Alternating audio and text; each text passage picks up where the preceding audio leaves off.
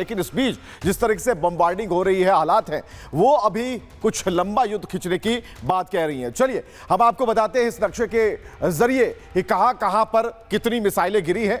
फिलहाल ये जो पूरा नक्शा है ये बता रहा है आपको कि ईरान का हमला जब हुआ और खाड़ी देश में कौन कौन सी जगह पर प्रभावित हुए हैं। यह इराक में देखिए 7 मिसाइलें गिरी, सीरिया में यहां पर 1 मिसाइल गिरी, जबकि जॉर्डन में 13 मिसाइलें और 36 ड्रोन यानी कि निशाने पर जॉर्डन था। और ऐसे में कुवैत में अगर देखिए तो 97 मिसाइलें, 283 ड्रोन यहां पर गिरते हैं। और इस तरीके से बहरीन की तरफ 61 मिसाइल, 34 ड्रोन यहां पर अटैक होता है। यूएई में भी 167 मिसाइल और 541 ड्रोन से अटैक होता है। कतर की बात कर लीजिए, 66 मिसाइल और 12 ड्रोन, यानी कि ये जो आंकड़े हैं ये बता रहे हैं कि जो हमले हैं जबरदस्त हुए हैं और अभी भी कोशिश है कि ज्यादा से ज्यादा यहां पर चीजें जो उस हमले के दायरे में आए। तो कुल मिलाकर जो फ्रांस के राष्ट्रपति हैं इमैनुअल मैक्रों ने फ्रांस की परमाणु नीति में एक बड़ा बदलाव करने का ऐलान कर दिया है। दशकों बाद फ्रांस अपने परमाणु वॉरहेड्स बढ़ाने की तैयारी में है। यूरोप की सुरक्षा और वैश्विक तनाव के बीच पेरिस ने सख्त संदेश दिया। मैक्रों का कहना है कि फ्रांस अपनी ताकत बढ़ाएगा लेकिन नियंत्रण पूरी तरह उसके हाथ में रहेगा। आखिर क्यों बदली फ्रांस की न्यूक्लियर रणनीति और किस देश के पास कितने परमाणु हथियार हैं, यह रिपोर्ट देखिए।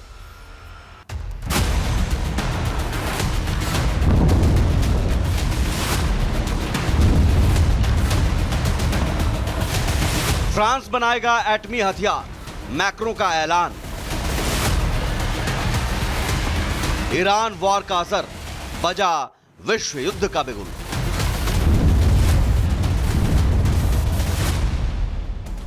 दुनिया का भूगोल बदलने की आहट तेज हो चुकी है।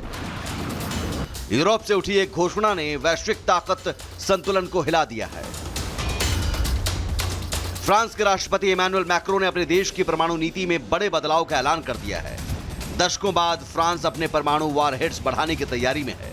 संदेश साफ है, अगर दुनिया अस्थिर होगी तो पेरिस चुप नहीं बैठेगा। मैक्रों ने कहा कि फ्रांस अपने परमाणु बम की संख्या बढ़ाएगा। फ्रांस परमाणु हथियारों से लैस अपने विमानों को सहयोगी देशों में अस्थायी रूप से तैनात करने की अनुमति देगा। फ्रांस की परमाणु रक्षा की कमान पूरी तरह फ्रांसीसी राष्ट्रपति के पास रहेगी।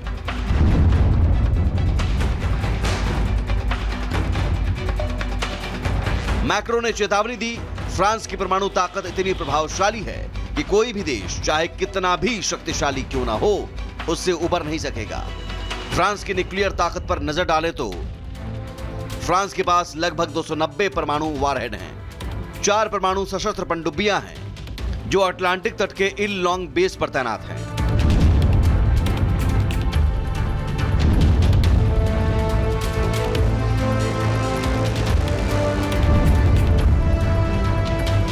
सवाल है कि फ्रांस अपने न्यूक्लियर पावर बढ़ाने के बारे में क्यों सोच रहा है। कारण साफ है, यूक्रेन पर रूस का हमला, ट्रांस अटलांटिक सुरक्षा गारंटी पर सवाल और डोनाल्ड ट्रंप के बयानों से यूरोप में बढ़ती बेचैनी। यूरोपीय नेताओं को डर है अगर अमेरिका की न्यूक्लियर अम्ब्रेला कमजोर पड़ी तो क्या होगा। यूरोपीय संघ में अकेला परमाणु शक्ति संपन्न देश फ्रांस है और अब वही आगे बढ़कर नेतृत्व करना चाहता है।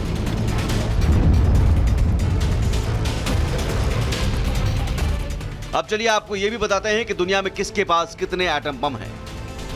परमाणु ताकत की दौड़ में नंबर 1 है रशिया, जिसके पास 2815 वॉरहेड है।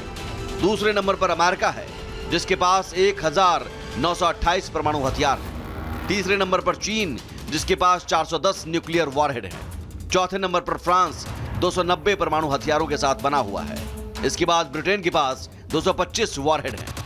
भारत के पास 172 परमाणु हथियार हैं और नॉर्थ कोरिया के पास करीब 30 परमाणु हथियार हैं। यानी दुनिया के 8 देश जिनके पास वो ताकत है जो पृथ्वी का नक्शा बदल सकती है। बता दें कि मैक्रों ने 10 मार्च को पेरिस में परमाणु ऊर्जा पर शिखर सम्मेलन बुलाने का भी ऐलान किया है।